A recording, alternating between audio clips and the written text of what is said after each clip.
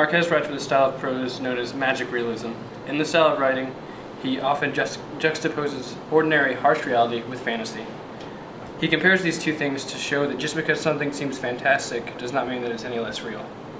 In the short story, Marquez uses fairy tale type language to suggest that the normal actions that are going on are actually quite unique and almost magical.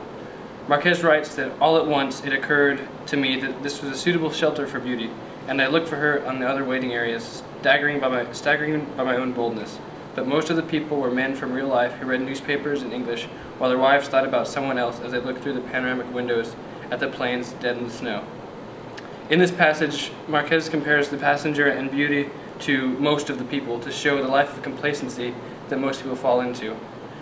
The unnamed passenger's pursuit of a beautiful woman is sort of a quest. Circumstances align and fate places both beauty and the passenger in the same airport on the same plane, right next to each other on the same day. It is the man's mission to interact with beauty and try to achieve as much intimacy as possible with a total stranger. Marquez places the story in an airplane to create a scenario where intimacy is artificially created. Despite the passenger's longing for interaction, beauty sleeps for the entire flight and leaves the man almost as if he wasn't there at all. The woman's failure to recognize the man breaks the chain of fate that led these two different people together. They part ways almost as if the intimacy between them never even existed. The Sleeping Beauty in the airplane is an example of Marquez appreciating the fantastic, beautiful things in life while also pulling us back to reality and reminding us that sometimes not all fairy tales have happy endings. I think it can easily be said that one of Gabriel Garcia Marquez's signature elements in his literature is something that's referred to as magical realism. Some say that his novel 100 Years of Solitude launched the popularity of magical realism and paved the path for others to follow. In Sleeping Beauty in the Airplane, however, his storytelling somewhat differs from his typical style. Instead of an unrealistic situation being described in a realistic way, it's somewhat of a realistic situation being described in a magical or mysterious way. Another one of Marquez's prominent characteristics is his fondness for the stories written by the Brothers Grimm. In the Brothers Grimm, Sleeping Beauty, when the girl falls into a deep slumber, the whole world seems to be on pause, and he kind of reflects this in the story. The main character, who's assumed to be Gabriel Marquez, but not completely, is awed by the woman's beauty and admires her in a state of bliss whenever she goes to sleep. In some ways, he could also be compared to the hedge that surrounds the castle in the story, which guards beauty from the outside world. An example of this is when the courtesan attendant comes to waken Beauty, Gabriel does not allow her to be awakened, for he was fulfilling her wish. Gabriel's experiences in New York also reflect because he lived in New York from 1959 to 1961 and worked for a Cuban press agency, but moved to Mexico City after a falling out with the editors.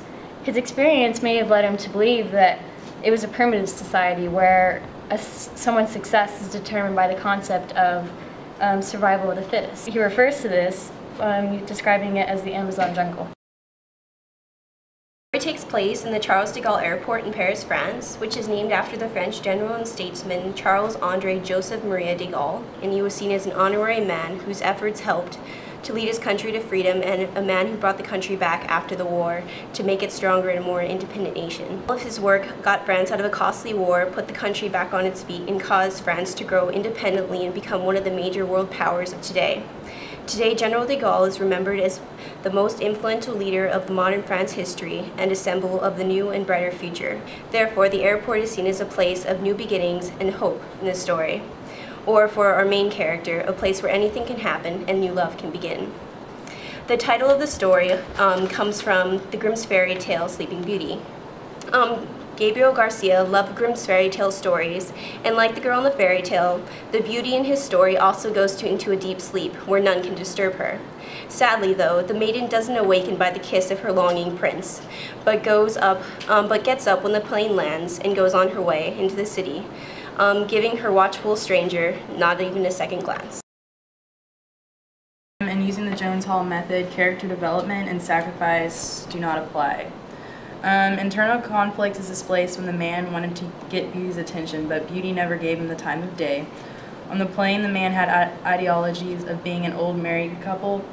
The man took Beauty's actions as signs of love. His thoughts would lead to Beauty becoming his wife, and he pictured them as an old married couple who were on an airplane. Agatha. Fairy tales.